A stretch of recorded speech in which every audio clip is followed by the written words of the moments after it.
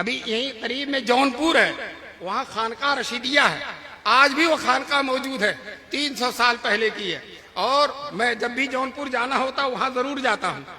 اور وہاں اب اگرچہ وہ لوگ اب دیوبندی نہیں ہیں، وہ بدعت کی طرف مائل ہیں، اور وہ ایک دن ہم اپنے لباس میں چند لوگوں کے ساتھ چلے گئے وہاں،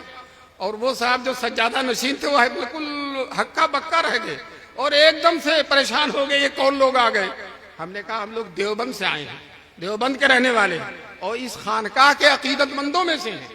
اس خانقاہ کے عقیدت مندوں میں سے ہیں، یہاں کے بزرگوں سے عقیدت رکھتے ہیں۔ دیوان رشید جو اس کے سربراہ تھے اور جو اس خانقاہ کے بانی سے، ان سے ہم محبت رکھتے ہیں، ان کی کتاب ہمارے ہاں پڑھائی جاتی ہے، مناظر رشیدیہ، اور ان کے ساتھی ملا محمود کی مائے ناز کتاب شمس بادغہ بھی ہمارے یہاں پڑھائی جاتی ہے۔ اتنا کہنا تھا تو وہ اتنے متاثر ہوئے، کہنے لگے کام تو آپ ہی لوگ کر رہے ہیں، وہ کہنے لگے کام تو آپ ہی، ہمارے علماء تو صرف گالی گلوچ دیتے، ہمارے علماء تو صرف گالی گلوچ، کام تو آپ ہی لوگ کر رہے ہیں۔ میرے دل کی تمنا ہے کہ میں دیوبند جا کر دیکھوں،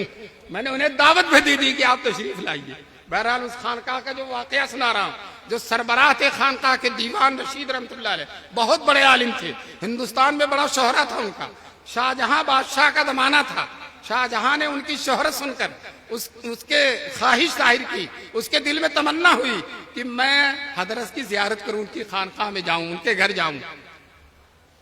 کہلوایا کہ میں آپ کی خانقاہ میں آنا چاہتا ہوں، آپ کے دولت قدے پہ آنا چاہتا ہوں۔ حضرت نے کہلوا دیا کہ بادشاہ سے کہہ دو میرے گھر میں ٹاٹ اور بوریے کے علاوہ کوئی چیز نہیں ہے، میں اپنے بوریے پر بادشاہ کو کیسے بیٹھاؤں گا، اس لیے بادشاہ زحمت نہ کریں۔ بادشاہ بھی دیندار تھا، اللہ والے بادشاہوں میں شاہجہاں ہیں، ان کے نور نظر اورنگزیب ہیں۔ بہرحال انہوں نے کہلوایا کہ آپ کے بوریے پر بیٹھنا میں اپنے لیے باعث سعادت سمجھوں گا اور اپنے تخت شاہی پر بیٹھنے سے زیادہ قیمتی سمجھوں گا، اس لیے میں آپ کے ہاں آنا چاہتا ہوں۔ حضرت کو جب یہ معلوم ہوا کہ بادشاہ آ ہی جائے گا تو کہلوایا میرے گھر میں 2 دروازے ہیں، اگر بادشاہ میری اجازت سے کے بغیر میرے گھر میں آ گیا، میں نہیں ملنا چاہتا بادشاہ سے، میری اجازت کے بغیر اگر آ گیا تو فقیر کے گھر کے ایک دروازے سے بادشاہ داخل ہوگا اور دوسرے دروازے سے فقیر گھر چھوڑ کر باہر نکل جائے گا، بادشاہ سے نہیں ملے۔ لیکن وہی دیوان رشید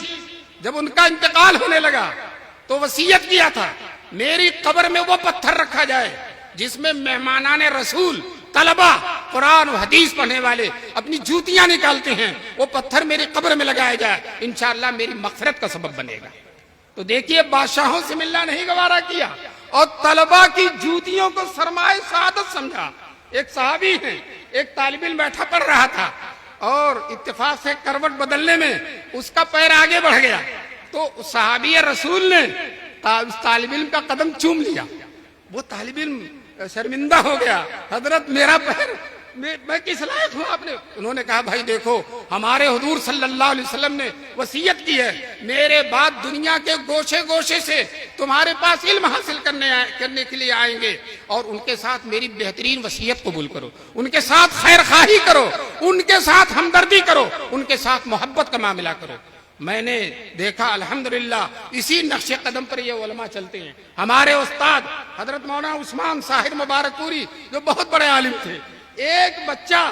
بھاگ گیا مدرسے سے اور وہ بچہ کراکت کا رہنے والا تھا اور اہل بدعت کے گھرانے کا تھا۔ مولانا کو معلوم ہوا کہ وہ بچہ بھاگ گیا، حالانکہ ضعیف نحیف ناتواں تھے۔ مولانا بس پر بیٹھ کر، کار اور گاڑی بس پر بیٹھ کر اس کے گھر گئے اور منت سماجت کر کے، عاجزی کر کے اور سمجھا بجھا کر اس بچے کو پھر مدرسے میں لائے۔ دوستو یہ محبت ہے طلبہ سے، یہ مہمانان رسول سے محبت ہے جو ان علماء کا شیوا ہے۔ اللہ تعالی ہم سب کو ان علماء کی، ان طلبہ کی، ان مدرسوں کی، ان دین کی حفاظت کے ذمہ داروں کی